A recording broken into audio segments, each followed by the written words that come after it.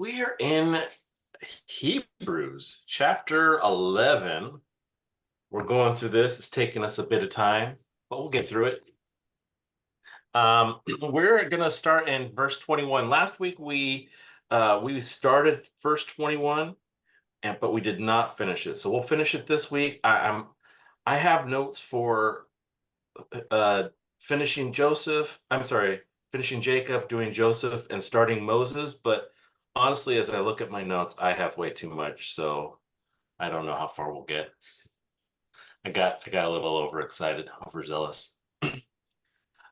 So let's see. So last week we were talking about the faith of Jacob, and that's in verse 21. And there was 5 lessons about faith that we were working on getting through with Jacob. We didn't actually get through them. We just got through the first 2. So we're going to read that verse and then finish off and go through the other 3 things that we can learn from Jacob, and then make our way into Joseph, who's also he's a cool guy. I like Joseph. Jacob, I'm conflicted about him, but Joseph, I like him. So let's see. Bill, would you mind reading Hebrews chapter 11, verse 21? Jacob, when he was dying, blessed each of Joseph's sons and worshiped as he leaned on the top of his staff. Nice. So the first 2 things that we saw were he's called Jacob. God gave him a new identity and said, from now on, you should be called Israel. But Jacob did not want to let go of his old identity, and so he went by Jacob here and there. So this is that first thing that we want to catch is when God gives you a new identity, ditch the old one and hold on to this new one. The second thing that we learned is that what counts is how you finish your race. What counts is how you finish your life.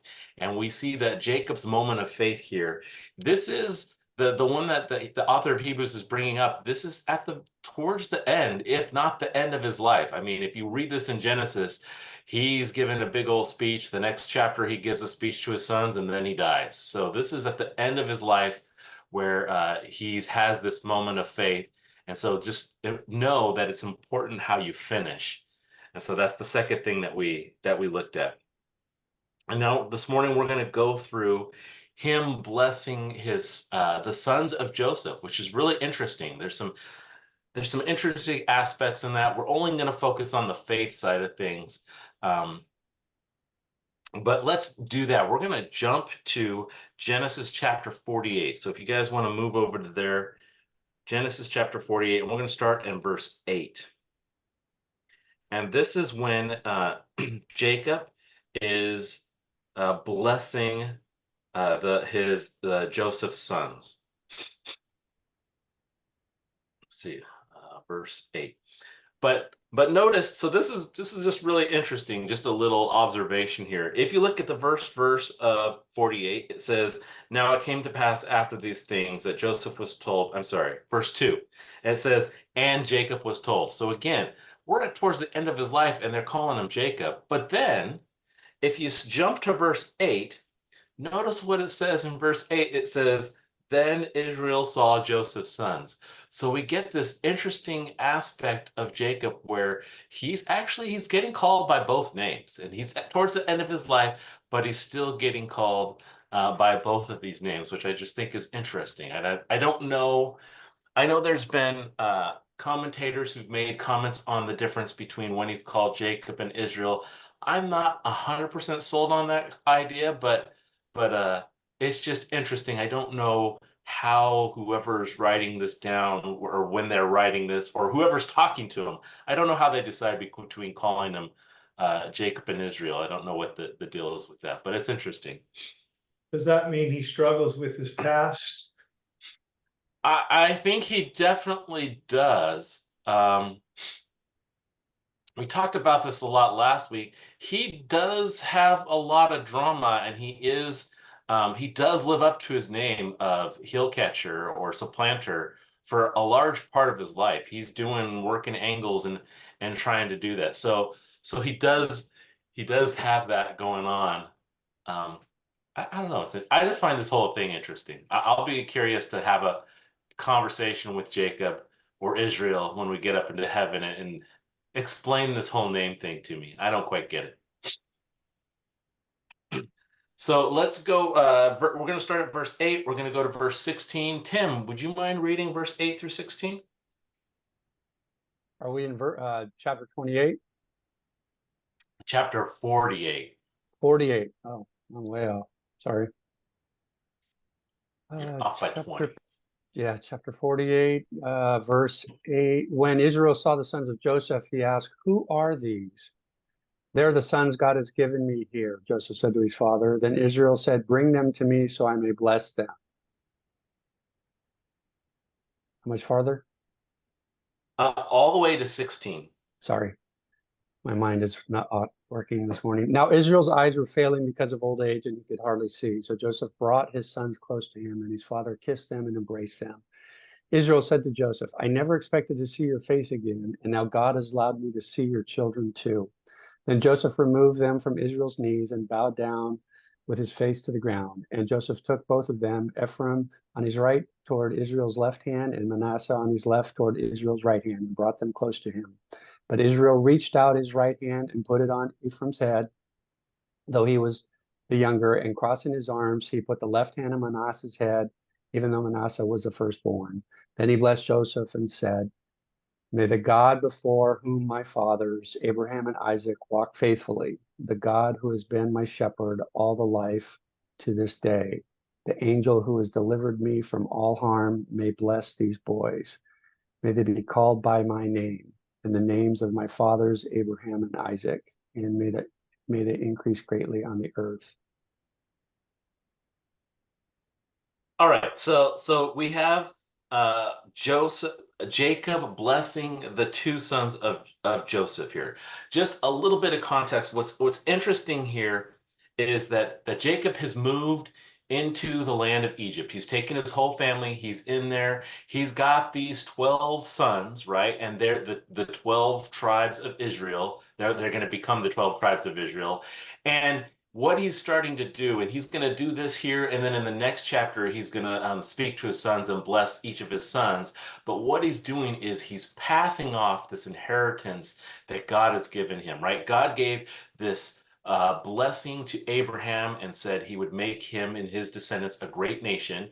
And he said that he's going to give them the land of Canaan. And then Abraham passed that off onto Isaac. And then Isaac had two sons, and he passed that off onto Jacob, not his other son.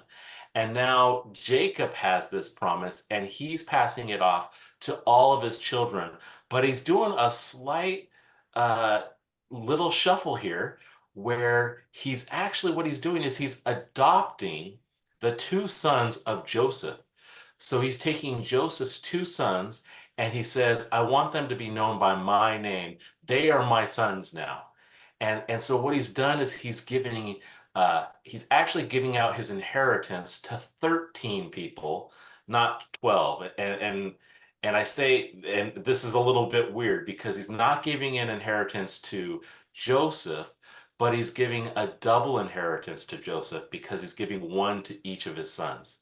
So Joseph is in this kind of elevated manner, which if you know the story of Jacob and Joseph, that's always the way it's been. He loves Joseph.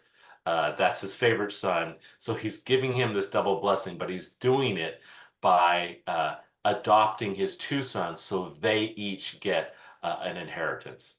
And so this is always, I find this interesting when you go through the Old Testament and they talk about the 12 tribes of Israel, and then they talk about Ephraim and Manasseh, and you think, oh, these are each of these are the tribes of Israel, but they're not. They're actually half tribes.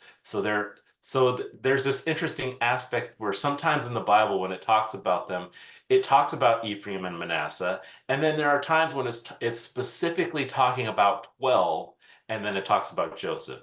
So there's just this interesting aspect where there are 12 tribes of Jacob, but he's adopted these two so that Joseph gets an extra blessing. Whew. So this is all fun. This is all interesting. But what's worth pointing out here is that Jacob, here's the faith part of Jacob is he fully believes this promise that God has given him, right? He is fully under the understanding that his family is going to be a nation, a great nation, and have a great name, and they're going to have the land of Canaan. And so this is part of what is accounted to Jacob, Jacob as his faith, is that he's got this inheritance and he's passing it on. But what's really interesting here is if you look at where Jacob is at in his life, and I think this is incredible. Jacob, to escape a famine, he's gone into Egypt, he's taken his whole family. There's about 70, 75 of them when they go into Egypt. Okay, that doesn't sound like a great nation. On top of that, they're not in Israel, they're not in the land of Canaan, they're in Egypt. And so what I think is really interesting about this is he's passing off this blessing, and in his mind, this is a real inheritance, right? He's blessing Jacob by giving a double portion inheritance. It's a real thing in his mind, but the reality is he's in a different country and his family is way too small. And what I think is amazing about this is there's no path forward. If you're Jacob and you're in the land of Egypt, how does God keep this promise? You're in the wrong place and your family is not nearly large enough. Now you can maybe visualize that your family is going to grow, but here's the thing. When you're in another country, what generally happens is you assimilate into the people that you're with. And so I think this whole entire picture here is incredible because there's no path forward. There's no path for Jacob, for that promise being fulfilled. There's no way. But Jacob is like, I know there's no way that this can happen. I don't see how it can happen, but I know God's promised it. And this is this great moment of faith here. It's pretty cool. And if we look at what happens in the future, so we can look at this, we can see the whole thing more than what Jacob can see. We can see that God does pull them out of Egypt and does a whole bunch of miracles in order to do this and brings them back to the land of Canaan. And when this happens, they're about 2.5 to 3 million strong. So they actually become a large enough people to become a nation. He pulls them out and gives them the land. But I think what's even most incredible about all of this is what I just mentioned, is the fact that they never assimilated with the Egyptians. They are still their own family, their own nation. God kept them together and pulled them out. And this is an incredible miracle. Like I said, there's no path forward for for God to fulfill his promise. So God actually does miracles and these amazing things because he's not a liar. He's going to give them exactly what he promised them. So I think that this whole thing is pretty cool. And that's our lesson of faith that we get from this aspect of Jacob, which is faith is trusting in God when there's no path forward, when things are impossible. Because the reality is they're not impossible for God. This is all a really cool thing. What do you guys think about this aspect of Jacob?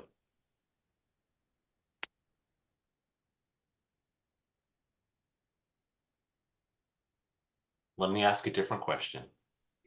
Has there ever been a time in your life where things seemed impossible and God worked through it? Give me an example. Tell me. I want to know. I want to hear. Well, there's one time that came to my head, but I can't say it because my wife might hear it. So I'm gonna keep that. I'll have to wait for a different day. But just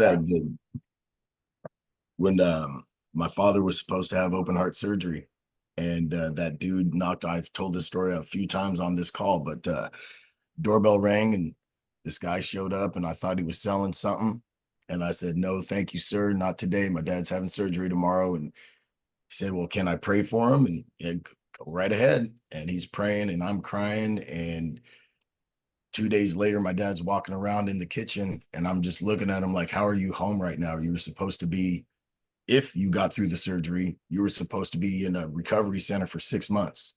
This is impossible." And I remember as I'm crying, I'm just telling God, this thing works, Lord. I'm changing. I'm turning everything around, and bingo pow.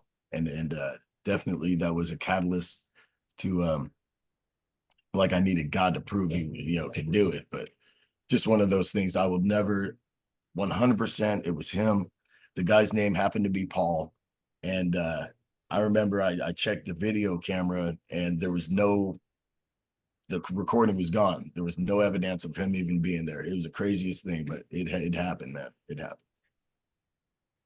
Wow, Let me that's share. awesome. Some of you may know I was a tent making missionary in Japan not long ago. And when I was supposed to go, clearly praying about whether I was supposed to give up my job and go full time or just go as a tent maker. And that was the direction. And at the time I worked for Sun Microsystems. Some of you guys may know that company from the Bay Area. And they had said, hey, you can go ahead and go. But then they got bought out by Oracle, which is a massive company. And Oracle said, no, you're not going. So I went back to the Lord and said,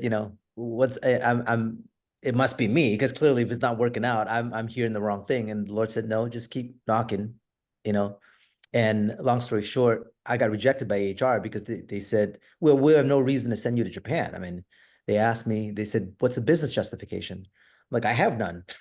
Because I had no reason to be there. It was a personal thing because, I can't say God called me to Japan and that's the HR application. So they rejected it. And funny enough, I went back to pray, and this is the short version, but a few weeks later, I got a call from my manager.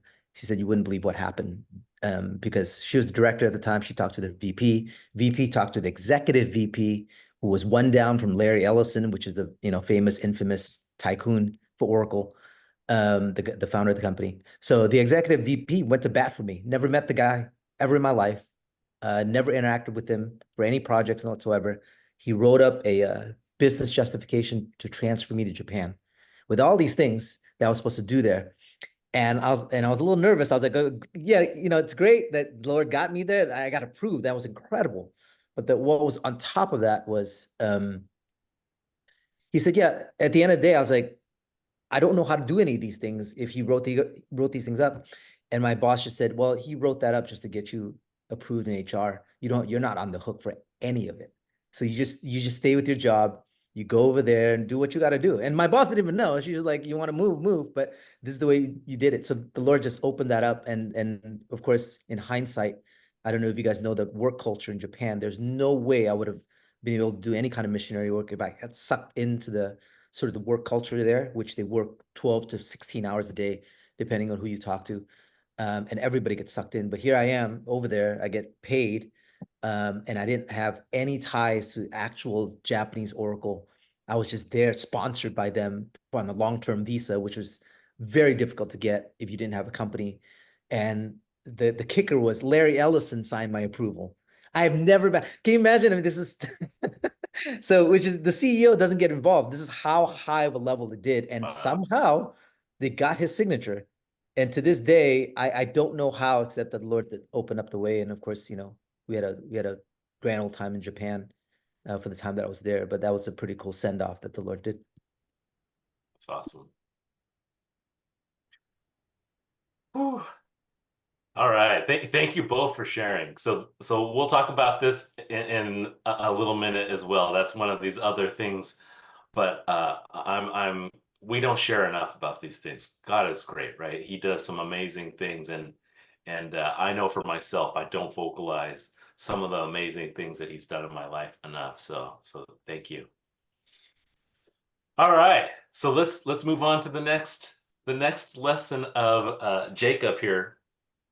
So this is verse 21 in Hebrews. I got to jump back there.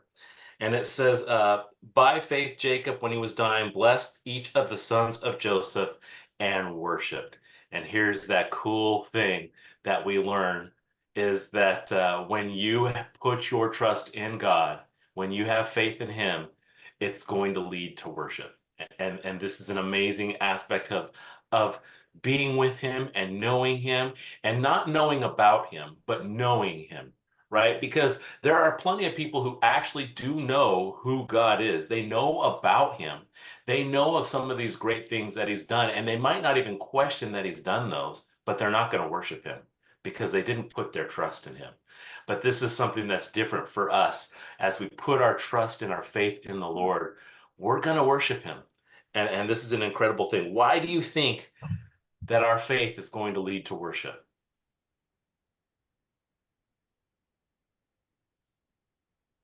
Why do you think that our faith is going to lead to worship? Yeah, if we put our trust in God, why do you think we're going to worship him? You got to give credit where credit is due, right? Yeah, All right. Thanksgiving in advance. Well, And I Go think ahead. part of it is also we recognize who we are and what we were created to be. And because we were created to be worshipers, and that's part of the natural identity of a person, you know, a human being. Because I mean, all of creation worships, but we are the ones that are able to worship in spirit and in truth, apart from any other parts of creation. I think part of becoming, or part of being human and really experiencing the fullness of what being a human is, worship is part of it, because we have that relationship with God, and that's the only relationship. I mean, only the proper perspective, I think, that which we relate to him has to start worship, because we have to recognize who he is. And I think by placing our faith in Jesus, it just connects the dots, if you will. It makes perfect sense to worship God, because now we're connected to God in a, you know, via the new covenant in a way that was not, again, possible because of our own sin. I think we're sort of returning back to who we are in some sense. We owe everything. We owe everything to him. Yeah, I think when we have our faith and understand that he created all this and that he doesn't need us for anything. He didn't need us for anything. You know what I mean? He's fine all by himself, but he blessed us with his life and just these opportunities to even know him. And if we sit back and think about everything we have, whether bad or good, we owe everything to him. And we need to thank him and praise him for the blessings, good, bad, everything. Because without him, we don't exist. None of this exists. It's all incredible. I love this. I love this aspect because I can't get away from it, right? When I put my trust in him, I just can't get away from it. I end up worshiping him. It's just, he's just such an incredible, and I'm not just talking about, as we mentioned, not just about his powers and abilities, just the fact that he's wanting to know me and he's pulling me close to him. It's incredible. Yeah. But it is related, right? I mean, you think about Romans 1, where people refuse to worship God. Yeah. You know, it sort of signifies the brokenness of the nature of man. I mean, that's just the natural opposite. We put ourselves above everything else. But being saved, you now recognize the proper order, and we willingly, emphatically, you know, exuberantly, whatever it is, excitedly recognize that, and it should be, you know, demonstrated, I think, in worship, because it's part of sort of, it's really interesting. I think sometimes I wonder, like, even with Christians, how much we miss out when worship is missing in our lives. Meaning that you know, we think about marriage and you know, the marriage bed as the consummation of the vow that was made, and what part of finishes or is part of the I don't know, I'm struggling with words. I'm trying to, it's just part of the experience, part of what was meant to be marriage and consummation. I think worship in with the believer is also part of that relationship. I mean, when we don't have that in our lives, we miss a big part that's really, really difficult to describe. And maybe because it's right at the core of worship is humility. And that's where God says, you know, you draw near to me. I mean, anybody who humbles themselves, I will draw near to him.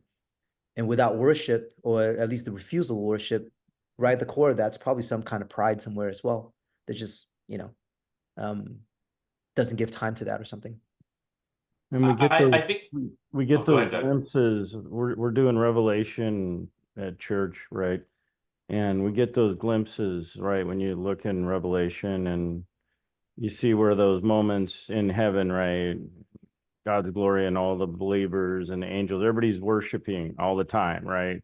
So it's like, that's just a natural thing. Natural progression. I think there's a good point that Rich is bringing up, which is this is meant to be part of our walk with the Lord is worship, right? If you, it's, I don't want to equate it with reading the Bible and saying, okay, if you want to have a walk with the Lord, you have to read you need to be reading your Bible, you need to be listening to Him. But another aspect is you need to be worshiping Him, and that is, and often we equate worship with music, and that's definitely one way that you could worship Him, but that's not the only way that you have to worship Him. But the point is, if we're following Him, we got to worship. That's got to be part of your life as well, because for one, He's worthy of it, and for two, as has been mentioned, that's what we're built for. So we got to do that. All right. The last thing we read from Jacob. So again, I'm going to jump back to verse 21 and just read it because it's just one verse, so it's easy to do. It says, "By faith, Jacob, when he was dying, blessed each of the sons of Joseph and worshipped, leaning on the top of his staff." So I'm going to take a little bit of freedom here with some of my interpretation here. So I'm just warning you, and I'm not, I don't think you guys are going to be upset about it, and it's fine if we don't agree on the interpretation here. There's still something that we can pull out of this, and this is this leaning on his staff. When we started this whole thing with Jacob, we started by reading this passage where Jacob wrestles with the Lord, and when he's wrestling with the Lord, it kind of is a stalemate until the Lord's like, okay, and he knocks the socket out of he knocks his leg out of the socket, and then it mentions that he's got a limp from now on, that he's got this limp. And this is what I imagine is happening with him leaning on his staff. He's on the last of his life. He's just blessed Joseph's sons, and he's leaning on the staff. And I'm wondering, and I'm imagining that as he's doing this, he's remembering this encounter that he had with God all those years ago. He's still got the limp, right? He's still hobbling along, and he's got the staff, and it's a reminder of this experience that he had with the Lord, where God spoke to him and he blessed him, and they wrestled. And I don't, we talked about that. I don't 100% understand what happened there. I'd love to, again, I have so many questions for Jacob when we get into heaven. I would like to know more about. But my point is here is that his faith is strengthened by remembering some of these past events that God has done. And I'm bringing this up because I think this applies to us. Our faith is strengthened when we remember those encounters that we've had with God, or those encounters that other people have had with God, where they remind us of how true and how faithful God is. When we're reminded of that, then we are strengthened in our faith. We are going to put our trust in Him because we remember He's worthy of it. And so that's the application that I'm pulling out of this leaning on His staff, which is we need, and I mentioned this earlier, we need to vocalize more frequently and more often those times when God has rescued us, or those times we've spoke to Him and He spoke to us, or any of these encounters that we've had with the Lord. Not that we're leaning fully on them, but that they strengthen our trust and our faith. And so that was kind of why I wanted to ask if there were some other were there some times where things seemed impossible and God rescued you, because there have been some times. I'm going to be really quick and just, I've talked about this. It happened recently, this last summer, when we were coming back in our motorhome from Tennessee. Trying to remember where we're coming from. Coming from Tennessee, we're driving straight home. It's a 32-hour trip. So the plan was just to drive straight home. We're in the desert in Texas, and we have a blowout. And we have this blowout in the middle of the desert. There's nothing. There was a gas station a mile behind us. There's no city or towns for 20 miles, and nothing behind us for 20 miles. And It's a Friday night. We call our roadside service. We're on the phone with them for hours. And finally, they come back to us and say, there's nothing we can do. You're just going to have to wait it out until Monday before we can get somebody to come and help you. And we're like, where are we going to hang out? What are we going to do? And they're like, well, you're just going to have to find a way into town. I'm like, there's not there. I can't call Uber. I can't call a taxi. I'm too far. And we were asking the gas station attendants if they knew anything, and we're at the end of our rope, and we're just sitting down at a table at the gas station, like, what are we gonna do? And I'm like, I'm talking to Jen, and I'm like, I have no idea. I don't even know where we're gonna sleep. I don't know what we're gonna do. We have 2 dogs with us.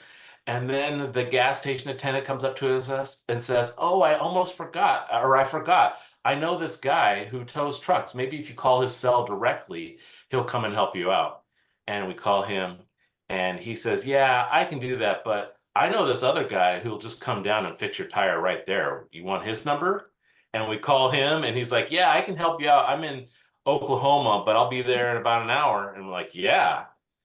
So we went from having no path forward, being totally stuck, to God providing a way where there was no way. So I just, and what's cool about that experience is my kids were all there, and they all saw the whole thing, and they understood. We were stuck. We were stranded. There was literally no path forward.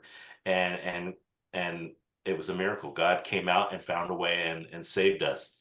And so I'm bringing this up because I like to share that experience. I like for my kids to remember that, because it will, I believe, strengthen their faith and their trust in Him in those times when you're stuck and there's no path forward. And so I like this whole idea.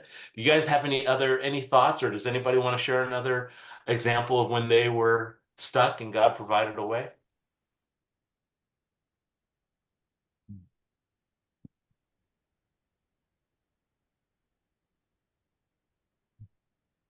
All right. I guess He only saved me and Rich and John. It's okay.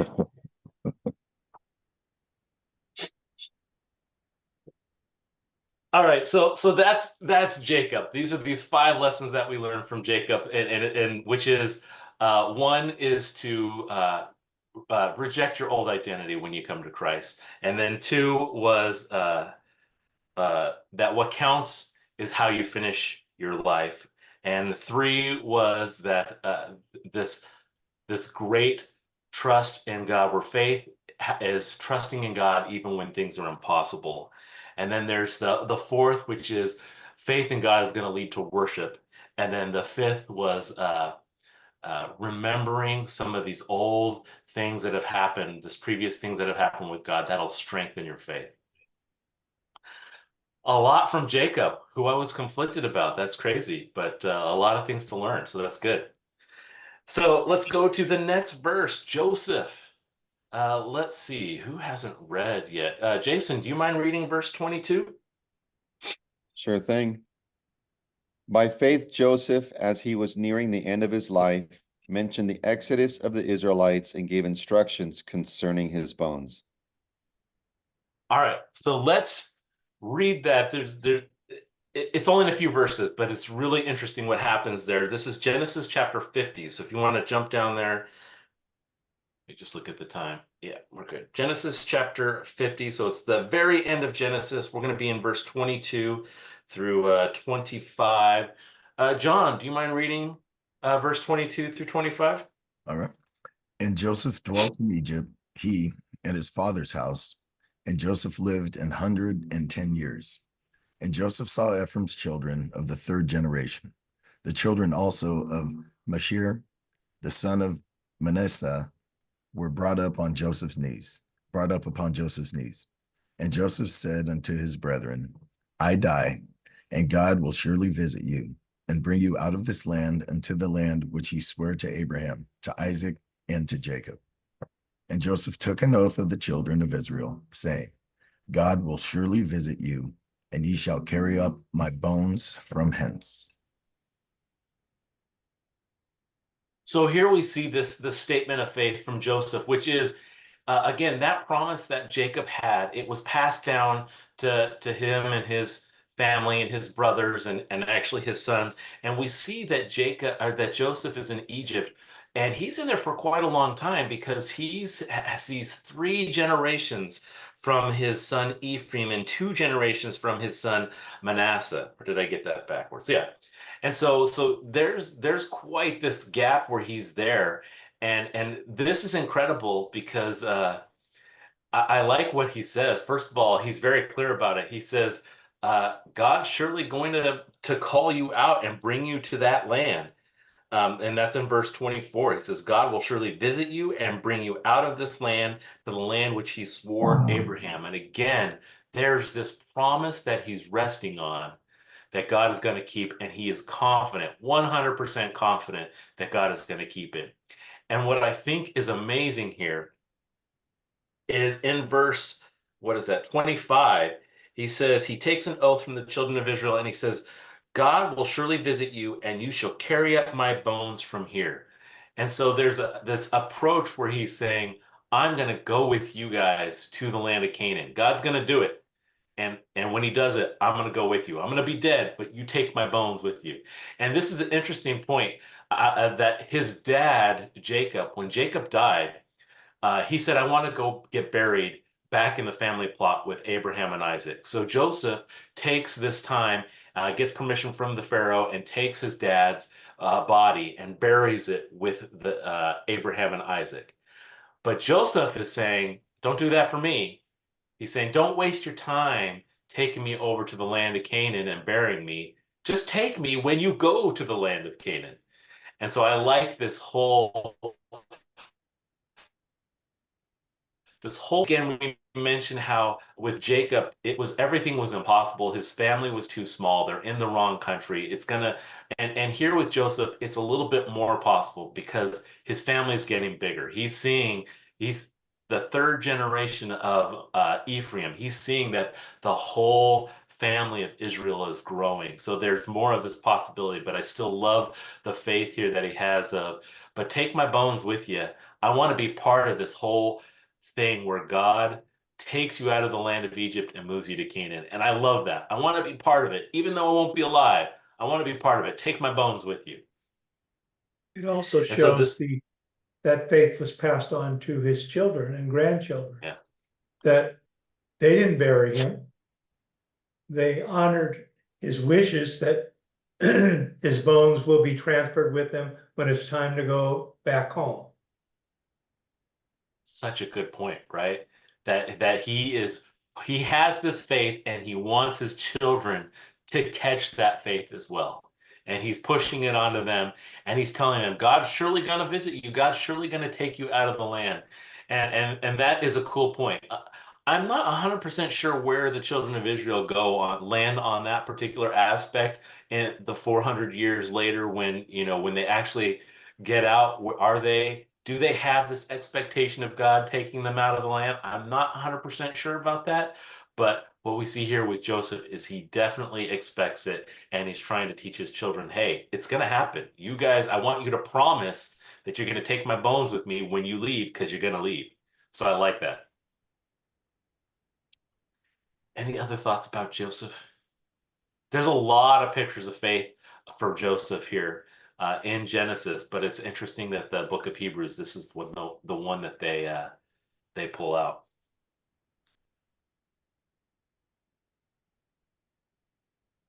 All right. Well, then let's move on to Moses. Gotta move my Bible back to Hebrews. Now we're in Hebrews chapter 11. We're going to look at verse 23. Has everybody read? I think everybody's read. Rich, have you read? Can you read verse 23? Hebrews 11:23. Yep. By faith, Moses, when he was born, was hidden 3 months by his parents because they saw he was a beautiful child, and they were not afraid of the king's command. I chuckle when I read this verse, and I chuckle for multiple reasons. I'll be honest, the first couple of times I read this verse, I'm like, wait, are they saying that Moses had so much faith that he was saved when he was a child because he was only 3 months old? I'm like, wait a second, what? By faith, Moses? but it's not the faith of Moses, it's the faith of his parents. I just like the way they word that. I looked in a whole bunch of different translations and they all word it a little funny, which I think is kind of, it's like it almost sounds like, these Jews, these Hebrews, they love Moses. Are they saying that his faith is so strong that he saved himself with his faith? They did not say that, but it's kind of funny the way they word it. So that's one reason I chuckle. The other reason I chuckle is because it talks about how beautiful he is. I think that's funny too. I don't know if you guys have seen a baby before. I know when I saw my kid, I was like, oh yeah, this baby's amazing. This baby's a beautiful baby. But generally when I see your baby, I'm like, I don't know that I'd call it beautiful. But that's what they say here. I can't imagine. Did he look different than other babies that he was beautiful, or was it just that they're like, he's my kid, so he's beautiful? I think it's funny. Having I'm seen a few derailing a babies little in bit. my life, Yeah. and some are pretty good looking and some aren't. But the parents always think their baby is the best baby ever. That's right. That's right. Yes. Even the ones whose faces kind of scrunched up because it was a difficult delivery. Oh, they're beautiful. Thank you, Lord. Yes. That's right. That's right. So I kind of laugh when I read this verse. I think it's kind of funny. I'm not sure if he really was beautiful or if they're just his parents and they're like, we love our kid. But I think it's funny that this is how it's remembered.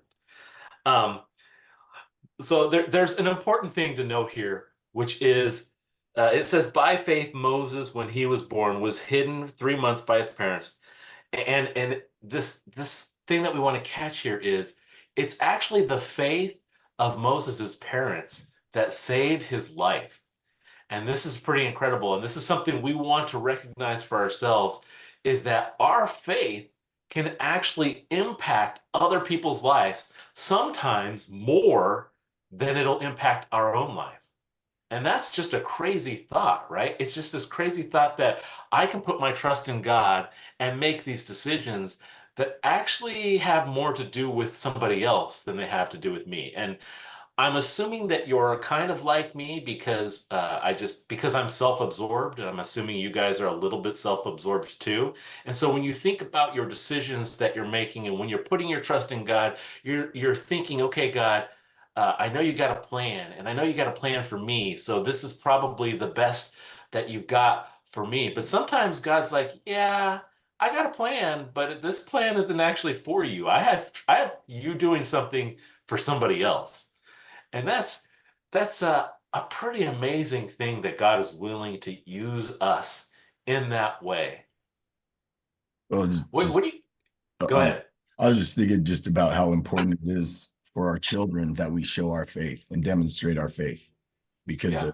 of the effect on their life. But I just wanted to go back to, it's been a while since we've gone back to when Jacob was leaning on his staff Yeah. and reminiscing about that, like you said, John, that little wrestling match. And I started thinking about all the scars that I have and just how grateful I need to be that I still have my arms, or the scar on my eye that I still have my sight, and just spend more time worshiping the Lord, just for getting me through all these things. You know what I mean? I could have been dead 1,000 times. And I think about people towards the end of their life cycle, they start looking at scars, looking at what they did, and kind of reliving things. And at the end of the day, you just got to give all glory to God just for the opportunity and just for even going through it. That's why God gave little boys mothers Yeah. to watch over us and get us out of trouble when they would have probably perished falling out of the tree or just about to fall off the tree, or when they jumped off the roof and shouldn't have because they thought they could fly, things like that. And there's an important aspect here, which is, what if part of the reason we're still alive is because of the faith of somebody else, right? And how they handled us because they had trust in God, and they were trusting him and saying, okay, I got to take care of this thing. And here we see with Moses's family, it's really interesting. It says they were not afraid of the king's command, and the king's command was to kill all the kids, right? To kill the boys because they were growing too fast. And they're like, I'm not afraid of the king. I'm putting my trust in God. And because of that, I'm making these decisions about my son Moses here. And we have probably all experienced something similar that we might not even be aware of, that it was the faith of somebody else that had an impact on our life that we just don't know about. And I think that's all pretty cool. I share something real quick. I'm on the receiving end of that from a family perspective, because we never had any Christian influence in my family other than my great grandfather was the only believer, in which nobody knew how he got the gospel. He was sitting in the middle of a village in Indonesia and there was no churches around, but he got the gospel somehow, some way. And at his deathbed, when they were saying, well, you're about to die, you know, what's your dying wish kind of thing? He's like, get everybody out of the room. I just want to talk to my grandkids. And my mom was there. She was 8 years old with a couple uncles, and there's about 5 kids or so. And he preached the gospel to them. Well, they were all ages 8 and under, because my mom was the oldest. And she carried that with her for 40 something years, because we never stepped foot in church. She never stepped foot in church. She said, that day I believed in Jesus because my grandpa told me. And 40 years later, when I immigrated to the US, we stepped into church for the very first time. And all my mom said was, you need to go because your great grandpa told me this is the only way I was going to see him, because Jesus is the only God. And my parents never went to church. They said, oh, we already know. You guys need to go. So they sent us to church. and we grew up, you know, in Sunday school. And of course, you know, the rest is history. The Lord, you know, saved us. And now my entire family, which had no Christian background, but through the grandkids and in my generation, all 4 of us got saved. My cousins got saved, and then eventually went back and got all of my uncles and aunts and my parents. And they're all, you know, by the grace of God saved. But it started with the faith of one guy, and the whole village was Buddhist and condemning him as the crazy village idiot for think of believing this Jesus that nobody else knew anything about. And we still, to this day, I have no idea how he got that gospel. But here we are, That's awesome. you know, years later, reaping the benefits of just the simple faith of someone. So I can kind of relate to some of that. So That's awesome. What do you think that this means for us about our faith and how it should impact people? What do you guys think? We've got 5 minutes left, and we don't have enough time to go over the next thing, but there's just some really cool things that we've gone over. I think they're pretty cool things that we've gone over today. So if you guys have any thoughts or any comments that you want to make about anything, now is the time. But what do you think it means for us, for our faith, and how it impacts people? How can we have that impact on people? I I think think one of Moses- those. Oh, I'm sorry. Go ahead. Yeah, it's just a block. You know, you've been talking about these points in life where we feel blocked, right? And that's one of those things, right? I mean, how can I influence, others, right? I got all these people and friends that are hard-hearted, and you know what I mean? And that's where you have to have that trust that God can come through, and that's that faith you have. Example here, Moses, he was blocked. He should have died, right? Based on the king's edict, right? And he didn't. And what blessings came out of that for all of us, right? So, but I think it's a thing, I challenge with sometimes going, right? I'm just one person, right? And what can I do? I just have to trust, and but it's always these blocks in life. Go ahead, John. Sorry. No, you're fine. I was just going to say we need to be more like Moses' parents and not be afraid of the king's commandment. I know oftentimes we don't want to preach the gospel or pass it along because we don't want to be canceled, or we're afraid of what people might say, but we need to be fearless, and I don't want to say we owe it to God, but we do. The least we could do is say who he is and what he's done for us at a bare minimum, just for the fact that we're even alive right now to do it, that our voices work. Because you know how quickly that stuff could go. So while you're up and you're moving and you're speaking, Get out there and spread that gospel. I think also, John, just to Rich's two testimonies during this meeting, how impactful it's been just listening to that and what it will do, what I know it's done already and is doing, and the people that he's already probably shared that message. Even as a believer, hearing that message, I'm like, that's the coolest thing ever. Like both of those stories. And I can't wait for the next person that I see say, hey, you know what? I was on my Bible study today and I had these two cool stories. Can I share it? And it's literally little things, not really little, but little things like that, that is our example, and how things just get passed along from one person to another person in just a small Bible study that John started, here on Zoom, and so it's definitely been a blessing to me, and if all of us, share those two great stories, how much of a blessing it will be to someone else. And we never know who we can bless by just sharing a story. People love stories.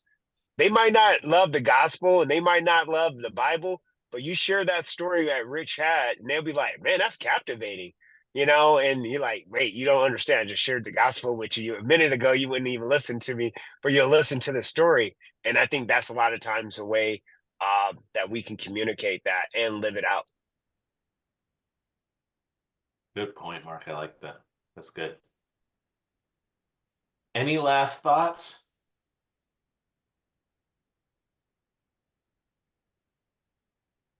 All right. John, yeah. sorry, you said last thoughts. Well, no Don't worries. crash. No. It's sliding all over the place. No worries.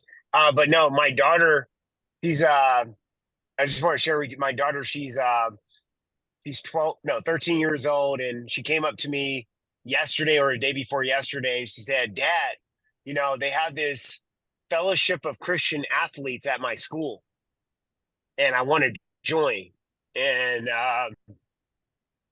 that was just huge for me. It's not something that That's awesome. and she's in public school, but just huge for her and her journey. And it was big for me, and just to kind of have her go through that process, and for her to do it on her own. That was the biggest thing. It's at school. There's a bunch of clubs, and she saw that one, and that was the one that she was attracted to. So that was just really kind of cool. That is cool. And this is Peyton? Oldest daughter, Reese. Peyton, Reese. she's Okay. Peyton's 12. Yeah, Peyton's Okay. 12. Okay. And okay, gotcha. She's 13. So this is Reese. Gotcha. All right. Yep. Well, let's pray for Reese and close it out, because I think that'd be a great way to finish today. So let me do that.